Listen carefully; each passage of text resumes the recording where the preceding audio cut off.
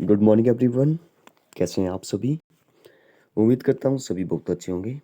Today is 31 May, last day है इस month का और डे है ट्यूसडे। तो यहाँ तक जो वो हमने पिछले कल जो वो बीएड का जो एंट्रेंस एग्ज़ाम हुआ था यहाँ तक डिस्कस कर लिया था।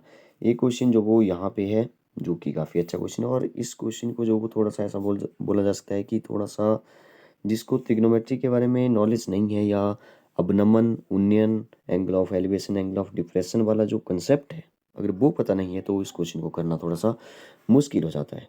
ठीक है, तो चलिए इसको डिस्कस करते हैं। काफ़ी अच्छा क्वेश्चन है।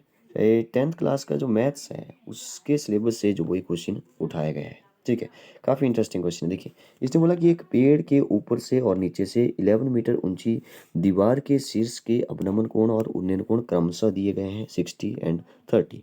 ठीक है, तो अवनमन जो वो 60 है, क्रमशः बोला है रिस्पेक्टिवली। उन्नयन जो वो यहाँ पे 30 है। तो पेड़ की ऊंचाई ज्ञात करनी है। इंग्लिश में जरा पढ़िए इसको।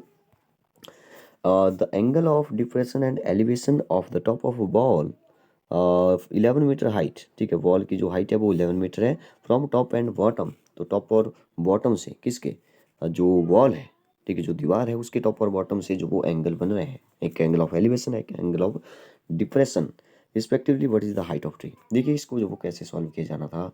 पहले तो आप डायग्राम जो आपको बनानी पड़ेगी क्योंकि जो हमारा ट्रिग्नोमेट्री है वो किस में काम करेगी, राइट एंगल ट्राइंगल में। तो इसका मतलब है राइट एंगल ट्राइंगल वाला जो वो यहाँ पे लॉजिक लग जाएगा। तो एक जो वो पेड़ मैं बना देता हूँ यहाँ, जैसे मैंने पेड़ बना दिया, मतलब कि यहाँ लिख दिया मैंने ट्री। ठीक है, और एक दीवार भी है। अब दीवार जो वो थोड़ी सी साइड में होगी तो दीवार मैंने लंबी कर दी, पेड़ मैंने छोटा कर दिया। कुछ भी हो सकता है, पेड़ बड़ा हो या छोटा हो सकता है। ठीक है, मेरे ख्याल से यहाँ पे दीवार छोटी होगी, पेड़ बड़ा बनाना पड़ेगा। ठीक है, तो ऐसा करते हैं। ठीक है, तो पेड़ मैंने बड़ा कर दिया, दीवार मैंने छोटी कर दी। देखिए ये जो वो ट्री है और ये जो वो डी मतलब दीवार है या वॉल कर दिया डब्ल्यू। ठीक है, डब्ल्यू कर दिया यहाँ पे। तो ज़्यादा डिटेल में नहीं जाएंगे, सीधे ही कैलकुलेशन करेंगे हम लोग।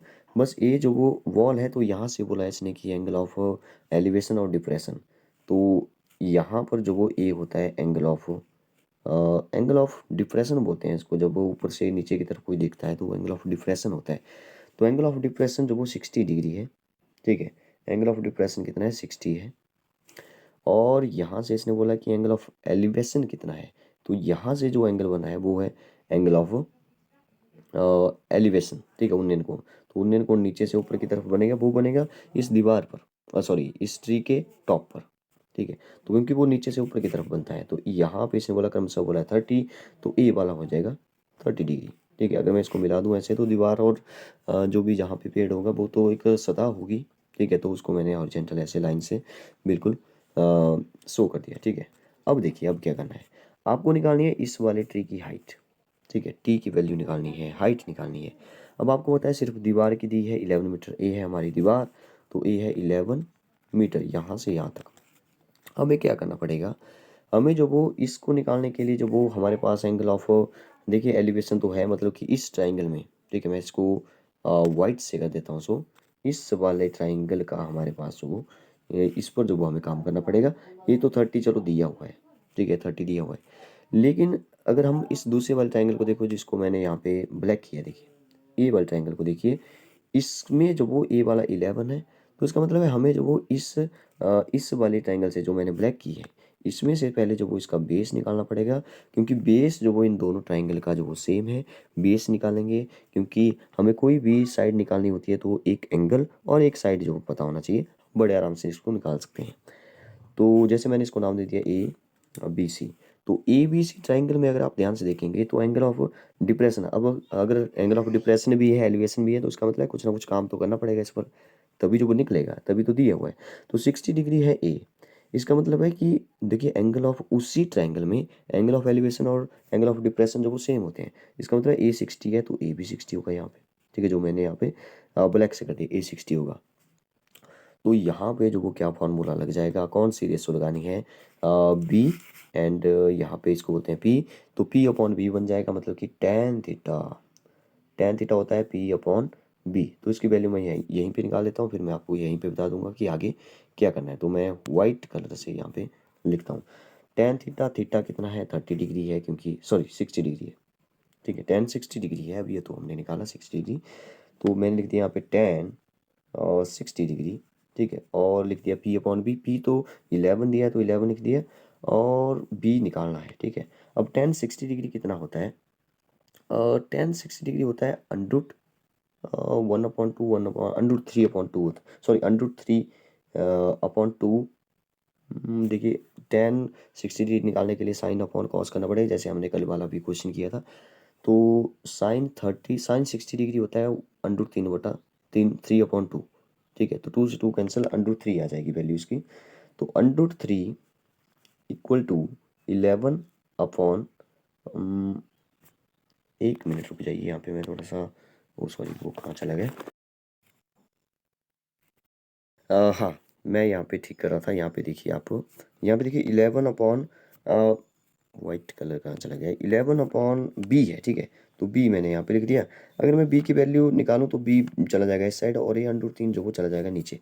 तो इसका मतलब है 11 अपॉन अंडरूट 3 जो वो किसकी वैल्यू निकल गई? ये जो बी है यहाँ पे 11 अपॉन अंडरूट 3 निकल चुका है, ठीक है। अब यहाँ पे समझिए आप, क्योंकि इस ट्रायंगल में जो वो हमको ए वाली साइड निकालनी है, ठीक है, जिसको मैं यहाँ पे पिंक कलर कर रहा हूँ, ठीक है, ये पेड़ की लंबाई है, पेड़ निकालना है, पेड़ की लंबाई निकालनी है। तो इसमें जो हमने हमें जो बेस मिल गया, और एक एंगल जो कि 30 जो गिवन था, ठीक है। तो मतलब कि 30 और 11 अपॉन अंडर 3, ठीक है। अब मैं इसको इरेज कर रहा हूँ नेक्स्ट। तो इसको आप याद रखिए कि कौन सा जो वो हमने लिखा था। हाँ चलिए, तो एक बार छोटी सी एक फिर से जो वो डायग्राम मैं बना देता हूँ, क्या क्या हमने निकाला।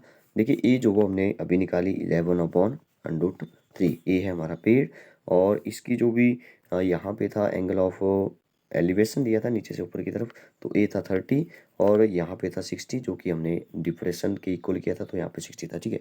अब काम किसका है यहाँ पे? काम है सिर्फ इसको निकालने का, ठीक है, और इस ट्राइंगल का जो वो हम यूज़ करने वाले हैं। अब यहाँ पे फिर से जो वो P और B हमारे पास गिवन है, जो गिवन है उसके साथ जो निकालनी है उसकी रेशो लेते हैं, ठीक है। तो tan theta P upon B फिर से बन जाएगा tan theta equal to P upon B, और tan थीटा मतलब कि tan 30 डिग्री, तो यहाँ जैसे मैंने लिख दिया tan 30 degree equal to P upon B, ठीक है। और tan 30 डिग्री जो होता है वो होता है 1/√3 होता है, ठीक है। जब आप सॉल्व करेंगे जैसे tan 30 डिग्री 1/2, फिर √3/2, तो 2 से 2 कैंसिल, 1/√3 बचेगा। तो 1/√3 इक्वल टू पी जो वो हमने निकालना है, क्योंकि ये जो वो यहाँ पे पेड़ है, ठीक है। आप इसको अलग से नाम दे करके जैसे ए बी दे दिया, वैसे भी करके जो इसको सॉल्व कर सकते हैं, लेकिन डिटेल में नहीं जाना है, शॉर्टकट में करना है, तो मैं यहाँ पे कुछ नाम ऐसे नहीं दे रहा हूँ। मुझे पता है कि मैंने सिर्फ पी निकालना है यहाँ से, और यहाँ पे है 11/√3, ठीक है, 11/√3। तो अगर P की वैल्यू निकालनी है तो A चला जाएगा ऊपर, और यहाँ पे A हो जाएगा चेंज। देखिए इसमें जो वो कैसे होता है, जैसे A/B होता है, C/D होता है, ठीक है। तो मैंने मान लिया यहाँ पे कि यहाँ पे है P/1 और नीचे है 11/√3। तो √3 जो वो ऊपर चला जाएगा, 11 नीचे आ जाएगा, ठीक है। तो कुछ इस तरह से बनेगा।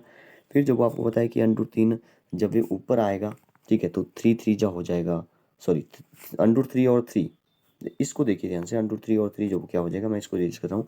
√3 और √3 जो कितना हो जाएगा, 3 बन जाएगा, और साथ में 11 भी इसके साथ मल्टीप्लाई होगा, और आपका P निकल जाएगा। मतलब कि 11 3 जा 33, तो 33 will be the right answer. कुछ इस तरह से जो इसको करना था, ठीक है।